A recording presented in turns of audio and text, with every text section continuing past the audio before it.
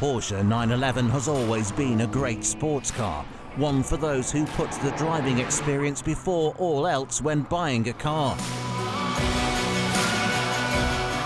The latest 992 generation car, though, while still a great driver's car, left us feeling like it was straying slightly into grand touring territory.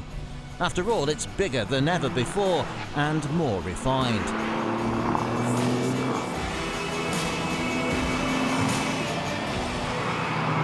So then, it seems that this, the all-new GT3, has a bigger gap in the range to fill the normal. First though, a bit of a history lesson.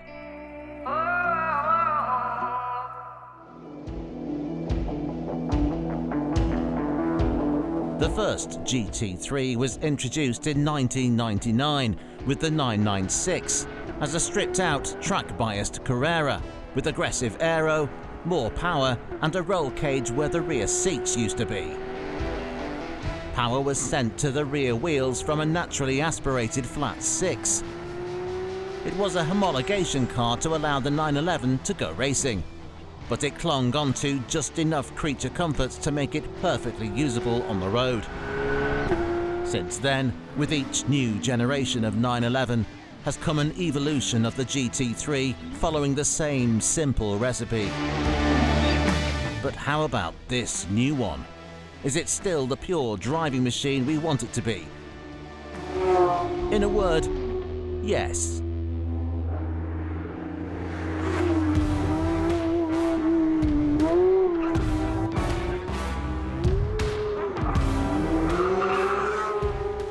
The new Carrera may be a bit more grown up these days, but the GT3 is still built to thrill. It's easy to spot thanks to its deep front splitter, vented bonnet and simply enormous rear wing. This being the biggest 911 to date, this new GT3 is heavier than the old car. Remarkably though, just 5 kilos heavier. With the PDK transmission, the GT3 weighs in at just 1,435 kilograms, and the weight-saving methods in place are deliciously nerdy. Various body panels are made out of carbon fibre reinforced plastic. The enormous alloy wheels are forged. There's a new lightweight exhaust system, and even the windows have been made out of thinner glass. This is the deeply impressive engineering we've come to expect from Porsche's GT department. But it's not just the weight they've been obsessing over. For the first time in 911 history, the GT3 now gets double front wishbone suspension inspired by the RSR racers.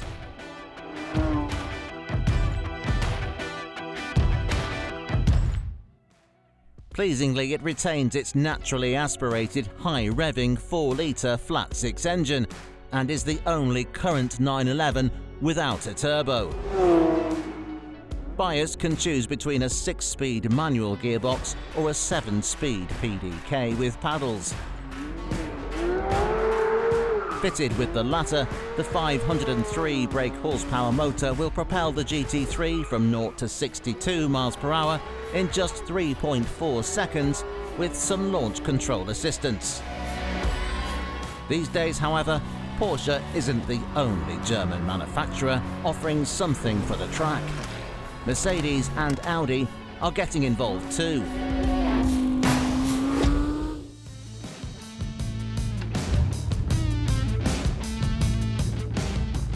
This is the Mercedes-AMG GTR, and like the GT3, it's part of quite a complicated model lineup.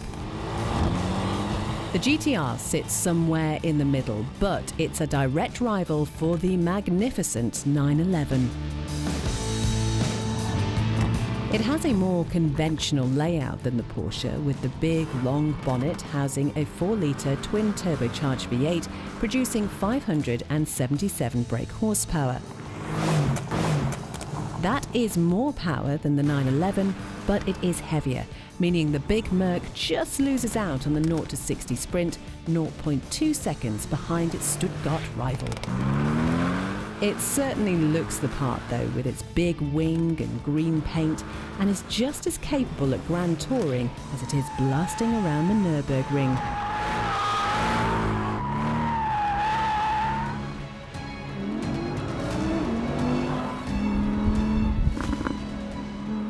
So how about a real supercar rather than a tweaked GT?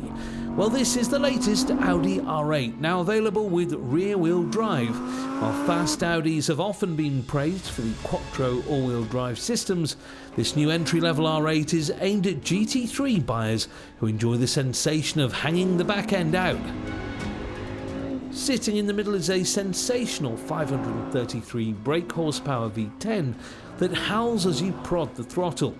It may well be the least powerful R8 model, but it's still fast, hitting 62 from rest in 3.7 seconds.